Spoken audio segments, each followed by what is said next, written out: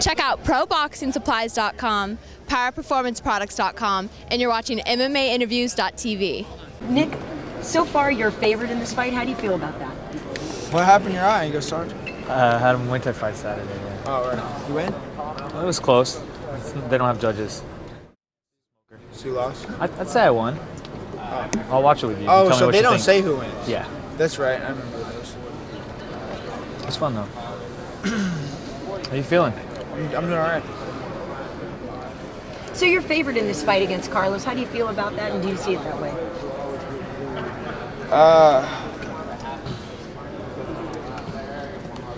Yeah, people have been pumping me up a lot. I think, you know, in kind of my last fight, and they think that I'm the guy to fight for the title, or you know. So yeah, I think that they just go ahead and put me as a favorite. I don't, you know, we have a really even sort of record. One of us might have fought harder opponents. I can't say that I have. I just figured that one of us has probably had, with all those fights, I think one of us has had some harder opponents in there. I know that everybody I fought has been really, they've been really tough. I've never been fed these squids, so we both had a lot of fights, a lot of the same type of victory, finish, knockout, whatever. How'd you feel after you looked at the tape of you beating up BJ? How'd you feel about that fight, and is there anything that you took from that moving forward into this one? You know, I didn't like fighting the BJ. I didn't like the whole drama with that whole thing, and after. You know, I didn't want to be a part of that. Because of your friends? Yeah, the only thing that how I rationalized everything as being right and okay on my part is that, you know, originally BJ Penn was from my school, and he came from Half Gracie, and I believe that that's why you've seen what you've seen out of him, and that's why you see what you see out of me, is on account of our background and where we came from and our original instructors. And you know, they like to say that BJ Penn got his black belt in, like, you know, a couple of years or something like that, but it's not true, because he was training with his brothers that were training with the Gracies, you know, for long before he ever started with Caesar and Half from my team. And he showed up to make his debut with David Terrell and Steve Heath the same day. I think somewhere like in Lodi or Stockton, which is the craziest thing. So I was sitting right in the middle of this shit. I know what it really is, and you know, I hate that. It's, you know, it's it sucks that all that stuff's got to come out to the surface. But I think I would have represented where I came from a little harder. You know, I think that's more important. I think that you know, martial arts and background and remembering where you come from is a lot more important than your own name. I imagine this camp's been very different for you with all the media and the filming going on. Is there anything that you've learned about this from a business perspective, Nick? You know, sure. Well, I'm learning everything from fight to fight. I'm learning new things from a business perspective, and this is always a learning experience for me. You know, I got into this doing martial arts. I didn't start filming martial arts and jump into this. And you know, I wasn't in the business and then jump into. I was doing fighting first, and now I'm in this business. And so now every fight for me is a learning experience. I learn, you know, I have coworkers. You know, I got these guys in the UFC. You know, some great guys that came to film me for the Primetime. This guy Tom, he's really cool. You know, he's real nice, helped me out a lot. Dealing with this whole camera showing up at my door, and you know, just basically talk to me and then just put a camera in my face and expect me to deal with it. You know, right. And so yeah, you know, I'm getting better at working with people when it comes to doing stuff like that. And you know, I don't have a problem with dealing with people or anything like that. And I think that, you know, the more that I'm out here fighting and doing these shows and these events and headlining these shows, that, you know, just I'm getting better and better at this whole thing. Do you think people are understanding you better too? Because it seems like in interviews that you do, when people get to know you a little bit more, they say, oh, Nick's not a bad guy, Nick's not this, Nick's not that, what I thought he was. So do you think you're starting to be better understood? I think I'm getting a little bit better and more of a chance to explain myself and pretty much what's going on. And you're hearing a little bit more of me now instead of what people are saying about me. So that's been, I think maybe, yeah, that's been a little bit easier on me to, and not so frustrating to actually, you know, be able to talk and hear myself talking, or, you know, hear people talking about what I actually said instead of reading things that people quoted me on that were just not true, or asked backwards, or, you know, just it's nicer to hear it than to read it, or to read stuff that people actually heard me say, and not things, just false quotes, you know, that people tend to have been doing, like, for anything that I've ever found, you know, that people have done on me for the most part. You know, there's been a few nice things, good things here and there, but for the most part, people, they don't have anything good to say about me in these magazines. Nick, how do you stay focused on Carlos Condit when everyone wants to jump ahead and ask about GSP and look forward to you fighting GSP afterwards tonight? I think I got a lot more to worry about with Carlos Condit. I got to worry about GSP is losing the fight. I don't have to worry about losing my teeth or get it, you know.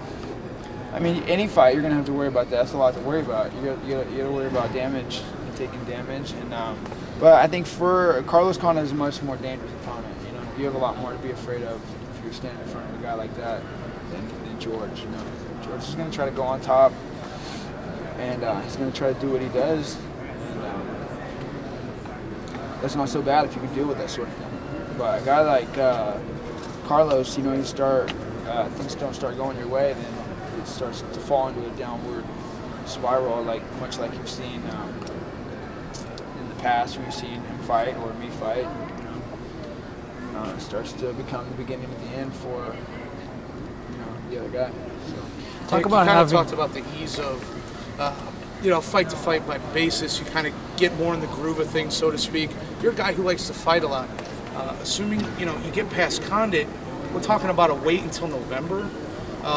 You know, how's that going to play out? Are you going to take more fights? How's that going to work out? I don't like to fight a lot. Let that be known, okay? Because that's the kind of thing. I don't like to fight a lot because I do fight a lot. It's not like I have a lot of choice in this. Somewhere when I was a kid, I had decided that I was never going to not fight or pull out of a fight, or even if I was injured, or just I wasn't going to do any of that, especially on account of you know, being scared, or, you know, I would push myself to make sure that I would make these fights, and I wasn't going to, you know, back out of it. I was going to basically do what I was told, and do what my trainer, Cesar Gracie, you know, put me to fight, and I'm going to respect my instructor, and I'm going to take these fights. And I had no problem with that, but I never said anything about, you know, I like fights. This isn't my choice now to fight. They fight me fight after fight. You know, if you ask me, in my opinion, it's like they're trying to beat me down, take me out. I don't get a break. They want me to fight George, sure, but now, you know, who knows? Maybe George isn't really hurt. You know, I didn't be seeing any pictures of surgery because I haven't. I don't know. Maybe they are all everywhere, and everybody knows about it, and I just haven't seen it. I want to see like some photograph, video. You know, I'm not saying, hey, George is, you know, he ain't hurt. I don't know. You're working out already? I'm gonna get surgery. I've had friends who had surgery on the knee. I figure I let you chop my knee open. I ain't gonna be fighting here. You know what I mean? So I don't know. Sometimes I wonder if is it like, you know, they like me out here. They don't like me. They think I'm an exciting fighter. They don't think I really don't know this sort of thing. And so, you know, I wonder sometimes are they just trying to beat me down? Because I fought more than every 3 months. I fought every 2 months, 3 months. You know, I've had 5 fights in a year, plenty of times, and I'm still consistent with 3 or 4 fights a year. And, so you would like the time off then and wait till November? Not necessarily. I like to get credit, and I would like to get paid pretty much. I would like, you know, to some acknowledgement that you know. All the guys I fought were hard to. I didn't have any warm-up fights or easy fights. I had to fight those guys. So I don't like to fight. I don't like to do this. That's my job. So I guess the question though is, will you take a fight at middleweight? Will you enjoy the time off, or will you make that money and get back in the cage and take another fight before George? That's if you're gonna make it worth.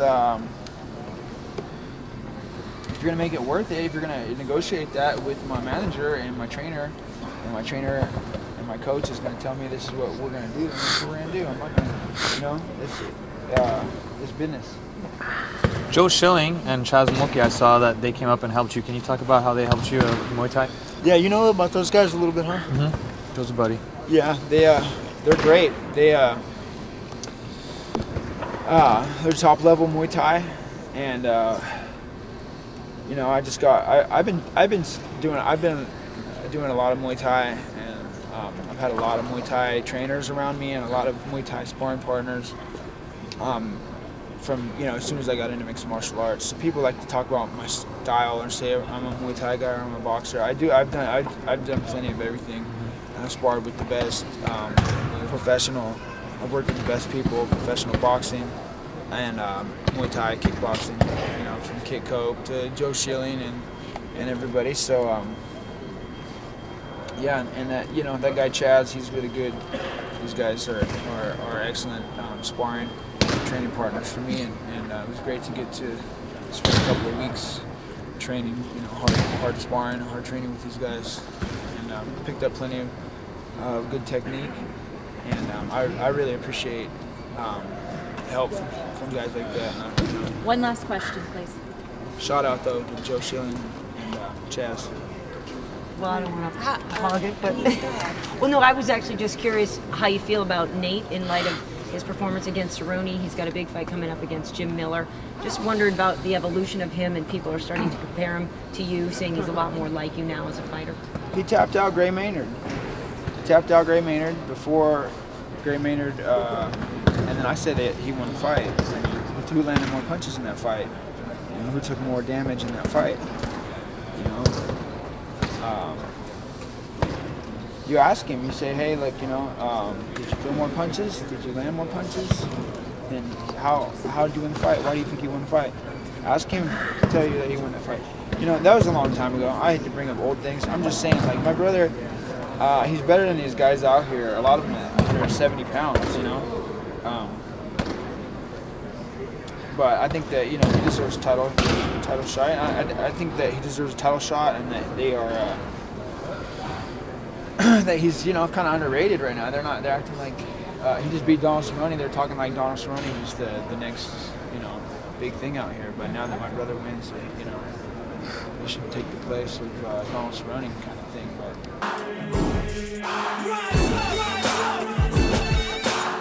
Godspeed and party on.